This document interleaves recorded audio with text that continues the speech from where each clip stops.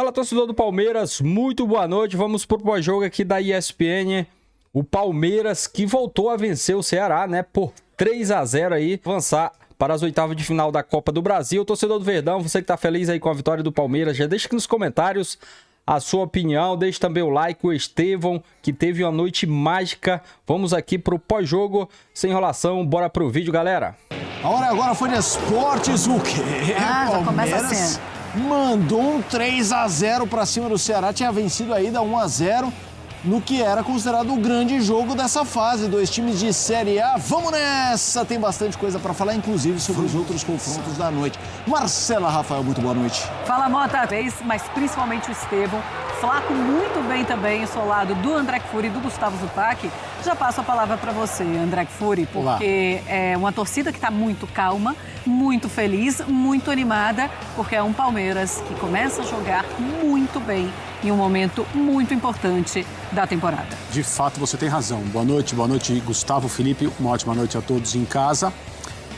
O torcedor do Palmeiras hoje, ele vai para o estádio, ele liga a televisão, aqueles mais românticos ligam o rádio. E eles já sabem o que vai acontecer, né? A gente já falou sobre isso aí na semana passada e em outros programas.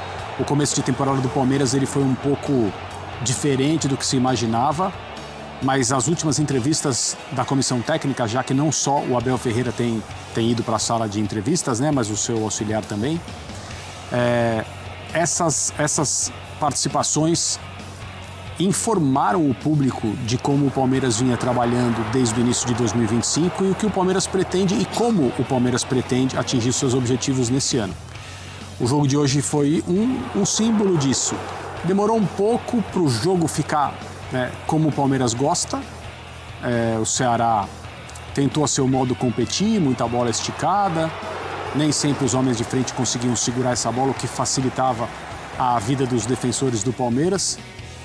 E aí, cada vez que o Estevão, que fez um gol maravilhoso, participou de outro, teve nos seus pés a criação de chances importantes para o Palmeiras, jogadas bonitas, jogadas de efeito, jogadas objetivas.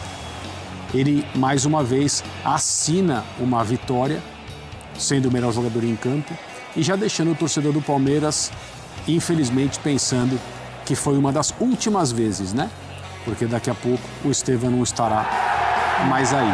Coletivamente o Palmeiras é cada vez mais sólido, cada vez mais sério e começa também a demonstrar um gosto pelo gol. Hoje foram 3, talvez o Palmeiras pudesse ter feito mais até.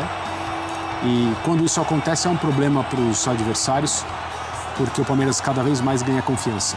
E isso é que transforma um time de futebol. A gente está vendo o Palmeiras coletivamente se encher de confiança nesse momento da temporada. O Abel Ferreira avisou, ele disse, calma, nós ainda vamos nos organizar nesta temporada. Realmente é isso que está acontecendo. O Estevão se despedindo da Copa do Brasil, ainda joga Libertadores, Campeonato Brasileiro, joga o Mundial, mas na Copa do Brasil hoje foi despedida dentro de casa e com essa atuação de gala, Zupa. Boa noite a todos. Eu poderia ser o comentarista mais azedo e falar assim: Estevão se despede da Copa do Brasil perdendo pênalti. Que não seria mentira. Em uma atuação espetacular, mais uma desse menino que é maravilhoso. E assim, a gente pôde ver hoje o Estevão jogando num nível muito alto e decidindo o jogo pro Palmeiras como resultado da principal mudança estrutural que o Abel fez no time do Palmeiras nessa retomada pós-Campeonato Paulista, nessa sequência aí que leva o Palmeiras a ser o melhor time da Libertadores, o melhor time do Brasileiro e classificado na Copa do Brasil, que foi tirar o Estevão exclusivamente da ponta direita e dar campo para o Estevão percorrer, né? O Felipe Anderson foi o ala de novo pela direita, infelizmente uma nova lesão, né? Quando ele vinha construindo uma boa sequência, uma nova lesão para o Felipe, espero que não o tire por muito tempo, embora acho que nesse momento o foco tem que ser o Mundial, né? Espero que nada aqui preocupe para o Mundial, mas ao dar campo para o Estevão, a gente viu ele passeando por diferentes lugares. E hoje, ele inclusive começou como meia, não o ponta, mas lugares. E hoje, ele inclusive começou como meia, não o ponta, mas o Maurício, geralmente é o Facundo na esquerda, o Estevão na direita. Hoje foi Maurício na direita e Estevão na esquerda. Depois eles trocaram, né? A gente teve algumas inversões de de lado a lado. Então o Estevão pôde causar danos em mais lugares do campo, confundir a marcação. Porque quando está na direita, ele faz o movimento para puxar para dentro e bater de canhota. Quando ele está na esquerda, ele faz o movimento de ir para o fundo e bater. E aí a gente viu como é que foi o lance do pênalti que originou o primeiro gol. O Estevão, como meio atacante pela direita, é pisado e depois calçado pelo zagueiro, pênalti. Que ele bate no rebote e faz o gol. Como é que é o segundo gol? Ele recebe como meia pela esquerda, puxa para o lado e dá uma sapatada de perna canhota para meter a bola na gaveta. Um Estevão que causa danos em todo o campo. E isso é, para mim, diretamente transportado, a gente já comentou isso aqui também, para o que o seu empresário, o André Cury, falou, acho que foi para o Benja, que o Chelsea foi um dos únicos times que procurou o Palmeiras interessado no Estevão, que tinha o interesse, que comunicou o staff do jogador, que gostaria de usá-lo como um meio atacante central, uma figura quase como um camisa 10. E o papel que ele chegou a fazer na base, né? E o Abel relutou pelos seus motivos, não que seja um erro, mas ele manteve o Estevão bem aberto pela direita durante muito tempo. Nessa transformação da equipe com o Estevão flutuando pelo campo inteiro, ele é muito mais perigoso. E hoje ele arrebentou com o jogo jogando assim. Foi um primeiro tempo de domínio absoluto do Palmeiras, mas poucas chances reais de gol. Um segundo tempo onde esse domínio perdurou e as chances vieram em profusão. O Palmeiras venceu e se classificou com justiça. Seguinte, já a gente vai falar dos outros jogos da noite. A situação do presidente do Corinthians, Augusto Melo, tem muita coisa. A coisa tá esquentando. A coisa tá esquentando, mas sobre o Palmeiras, Abel Ferreira não vai falar, porque hoje tem a formatura da filha, é isso, doutor? É a formatura da filha. De uma né? das filhas, isso. De uma das filhas, então... Que bom que ele vai poder fazer parte, porque a vida do futebol, como a vida do jornalismo, muitas vezes, ela é mais de ausência do que de presença. Sim. No caso dos técnicos de futebol, então nem se fala. Jogadores também. Que bom que o Abel vai conseguir estar presente nesse momento. E sorte que o jogo começou às 7h30. Isso. Porque se começasse às 9h30, ele não ia conseguir. Imagina se fosse para pênaltis. Além de perder, ele ia falar assim, é o seguinte, gente, se hoje for para pênalti eu perder a formatura da minha filha, aí que vocês vão ver. A gente vai falar mais sobre o time como um todo, mas eu queria explorar mais o Estevão, André. Vamos lá. Até nessa lente de aumento, temos uma telinha, doutor? Então vamos colocar a tela sobre o Estevão. Estevão, 2 gols na noite de hoje, que é uma tela que mostra a joia brilhante, o que ele fez hoje, ó, liderou todos, tirando ações com bola, que foram 52, ele ficou em segundo, ações com bola no ataque, ações na área rival, chances criadas, dribles tentados, finalizações no alvo, gols, tudo ele liderou, André. André, quando você vê, o futebol brasileiro produz joias. Algumas não chegam no teto que a gente imagina quando tem 17, 18 anos. Quando você vê a bola apresentada pelo Estevão e ele como característica, postura em entrevistas, o que faz, inclusive, não que interesse, eu costumo dizer que não interessa muito fora de campo, desde que seja algo esportivo e pessoal, assim, não faça nenhuma grande besteira, o que não é o caso dele. O que você imagina de teto quando você olha esse menino, André? A gente já falou tanto dele, né? E pelo fato dele ter surgido logo depois no time principal do Palmeiras, logo depois do Endrick, também isso foi assunto, né, para vários debates, porque o Palmeiras revelou esses 2 jogadores, eles têm características distintas e aparentemente uma perspectiva tanto para um quanto para o outro, embora seja absolutamente permitido a todo mundo que gosta de futebol ter uma preferência ou gostar dos 2 em relação ao seu estilo da mesma maneira. E eu sempre me interessei pelo jeito do Estevão jogar. E eu sei que os técnicos como o Abel, por exemplo, valorizam demais a obediência tática do Estevão, o fato dele compreender o que ele tem que fazer quando o Palmeiras não tem a bola, o fato dele não só compreender o que ele tem que fazer, mas executar essa tarefa, porque a maioria dos jogadores que não participam do momento defensivo, eles sabem o que tem que fazer. O Estevão faz. E essa é uma das razões pelas quais o Abel se apaixonou por ele desde cedo e sempre o elogiou. Mas eu sempre me interessei, pessoalmente, pelo futebol de rua, né? E é preciso tomar cuidado para usar essa expressão, porque ela pode ser encarada como não como uma crítica, mas como um alerta. E é justamente o contrário, né? O Marcelo Bielsa, que hoje é o treinador da seleção uruguaia, que sempre disse que o futebol ele se transformou num jogo tão difícil para equipes do mesmo nível que quando você tem jogadores capazes de ganhar os duelos individuais, o trabalho do treinador ele se facilita. E aí o Bielsa terminava esse raciocínio dizendo: o problema é que só tem 2 jogadores no mundo que fazem isso.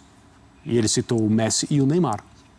Isso foi na época em que o Neymar, se não me engano, era na época que o Neymar estava no Paris Saint-Germain. Um protagonista completo do jogo do time francês naquele momento. E o Messi, a gente não precisa explicar por que o Bielsa falou isso a respeito dele. O Estevão é um desses jogadores que desequilibram as melhores defesas, e quando as defesas não estão tão equilibradas e não são tão boas, dá até um pouco de pena, entre aspas, né, dos jogadores que têm que marcá-lo. A gente viu ao longo desse período do Estevão como jogador titular e uma das peças principais do Palmeiras, poucas vezes ele ser bem marcado. O Angilério o marcou bem, né, nas finais do Campeonato Estadual, no jogo anterior, também no estadual, no próprio Allianz Parque, quando o Estevão perde um pênalti no final, ele também foi contido pelo sistema defensivo do Corinthians. Mas isso foi uma raridade, isso é uma raridade. Você percebe várias vezes os zagueiros não saberem como agir perto dele, porque ele é o tipo de jogador que, se você chega muito perto, ele se livra de você muito facilmente, ele tem repertório de dribles assim, inesgotável. E quando o jogador dá espaço para ele acelerar, ele simplesmente passa. É como se o marcador não estivesse ali. Então, são raríssimos os jogadores assim no mundo inteiro. E o Brasil, de fato, se acostumou a revelar muita gente com essas características. Então, a gente falou isso lá no início. O DNA futebolístico dele é o DNA de grandes dribladores e de jogadores que são escorregadios, que passam por espaços curtos, que se viram com um palmo do campo, que finalizam muito bem, que tem faro de gol. Então, assim, na árvore, né, genealógica, ele é um desses jogadores, como o Neymar, como o Ronaldinho Gaúcho, como o Robinho, jogador de futebol Robinho. Com essas características absolutamente imprevisíveis da rua mesmo, do futebol, que não tem tantas condições, mas tem muito brilho. Então ele precisa de muito pouco para fazer a diferença, ele precisa de muito pouco para fazer um gol como ele fez hoje. Balançou para um lado, balançou para o outro e enfiou um pé na bola numa finalização daquelas, pega aí, goleirão, sabe? Já é uma coisa, sabe? Vai buscar, ele já sabia tudo o que ele ia fazer.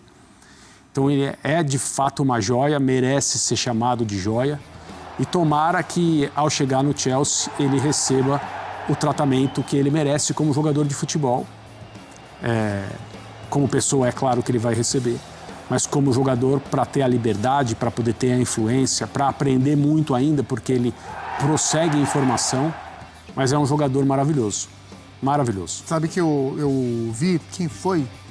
Eu acho que foi o nosso colega, né, da TNT, o Fred Caldeira, que corresponde lá em Londres, assim como o João, assim como o Senise, trazendo a informação de que membros do staff do Estevão estiveram recentemente em Londres para conhecer a estrutura do Chelsea, para conversar com algumas pessoas, para entender em que cenário ele vai chegar, para preparar o terreno para ele. Boa. O que me parece uma estrutura profissional que vai ajudá-lo nesse momento. O Chelsea é o time mais jovem da Inglaterra, é um elenco muito jovem, tem muita gente mais ou menos, um pouco mais, mas não muito distante da realidade de carreira que o Estevão tá, com a diferença que jogadores já inseridos no contexto do futebol inglês de altíssimo nível, mas ele não vai chegar num clube muito distante do que ele é como jogador. É um clube jovem, um elenco jovem, um time ofensivo, um técnico que vem da comissão técnica do Guardiola recentemente, com outros jogadores com esse perfil muito leve de jogar. Então, assim, existe base para a gente acreditar numa adaptação rápida. Ele não vai chegar no melhor time do mundo, mas acho que ele vai chegar num bom lugar, um lugar que tem a ver com o tipo de jogo que ele vem praticando. Pois é, e é um alívio olharmos para o staff do Estevão e saber que ele não está sozinho, né? Que ele tem que as pessoas olham para ele e sabem o tamanho do Estevão. E quando você falou isso, André, eu me lembrei do Rogério Ceni, do ano passado, acho que um jogo com o Palmeiras no Allianz Parque. E aquela luta para conseguir fazer alguma coisa contra o Palmeiras também num momento muito bom, e aí o Estevão consegue fazer um gol. E aí o Rogério Ceni fala assim, contra esse aqui... Não tem jeito. Tem muito o que fazer, vamos para a próxima, vamos continuar aqui o nosso jogo, porque contra o Estevão é muito difícil a gente conseguir fazer alguma coisa. Ele representa essa esperança de que é possível dar um jeito num jogo em que a impressão que você tem é que pode jogar 5 horas aí que nada vai acontecer. Mr. Ancelotti deve ter gostado do jogo, hein? Deve. É o tipo de jogador que ele não conhece. É isso. Né? É o tipo das joias brasileiras é a que ele não conhece. Certamente os outros ele já trabalhou, deve ter ouvido falar do Estevão, mas agora ele vai conhecer mais de perto. Vamos ouvir o Vinícius Nicoletti, porque ele tem acompanhante por lá. É isso, Nicoletti, vai que é sua. Daqui a pouco. Então, mas o Nicoletti tá ok. Mas daqui a É isso aí, torcedor do Palmeiras. Muito obrigado a todos vocês que nos acompanharam até o final do vídeo. Deixa seu like, se inscreva também no nosso canal. Estamos aqui diariamente trazendo informação. Pessoal, aqui abaixo, ó, na seção de comentários, se você puxar o comentário aqui pro lado, tem a opção aí de hypar vídeo. Hype aí o nosso vídeo aí para que a plataforma esteja sugerindo aí o nosso canal, nossos vídeos para mais pessoas. Você que gosta aí deste conteúdo, compartilhe o nosso conteúdo aí. O Palmeiras que volta a vencer, né? O Ceará venceu o primeiro jogo e avança aí em noite mágica do Estevão. Estevão que brilhou. Quem foi no Allianz Parque nesta noite aí de quinta-feira viu o Estevão, e ainda bem em noite mágica aí do jovem craque. Palmeiras voltou a vencer o Ceará por 3-0 para avançar para as oitavas da Copa do Brasil. Com 4-0 aí no agregado, o Verdão derrubou um rival da Série A para seguir na competição. No domingo encara o Flamengo para aumentar a folga na liderança do Brasileirão. O Vozão volta a campo diante do Atlético Mineiro.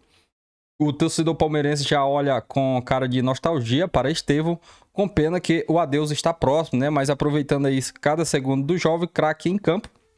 No primeiro tempo já se viu Estevão, apesar do jogo aí dentro do esperado do Alviverde, com a vantagem do jogo da ida debaixo do braço e a cabeça no lugar para não deixar aí o rival crescer. Estevão quase conseguiu abrir o placar em jogada individual aos 21 minutos. Com direito a chapéu e tabela com Maurício, o atacante ficou cara a cara com o Fernando Miguel, mas parou no goleiro dessa vez. O jogo reservou aí um susto para o torcedor palmeirense. Já perto aí do intervalo, Pedro Henrique recebeu nas costas da defesa, driblou Everton e mandou para a rede, mas estava impedido e o gol acabou aí sendo anulado. No segundo tempo, Estevão brilhou em resistência, aí, ou melhor, quase nisso. Nicolas derrubou o atacante palmeirense na área e o próprio Estevão cobrou aí o pênalti. Fernando Miguel defendeu, mas Estevão marcou aí o rebote. Pouco depois, um golaço. Lucas Evangelista abriu com Estevão na canhota. Camisa 41 avançou aí, pedalou para cima da marcação e cortou para a canhota para acertar um chutaço. 2-0 aí, noite de Estevão. Estevão deixou o campo ovacionado pela torcida alviverde, emocionado com o fim próximo. No fim do jogo ainda houve tempo para Flaco Lopes aproveitar a falha da defesa cearense e sacramentar aí o 3-0 aí no placar final. Torcedor do Palmeiras, é isso aí. Tamo junto, aquele abraço e até o próximo vídeo.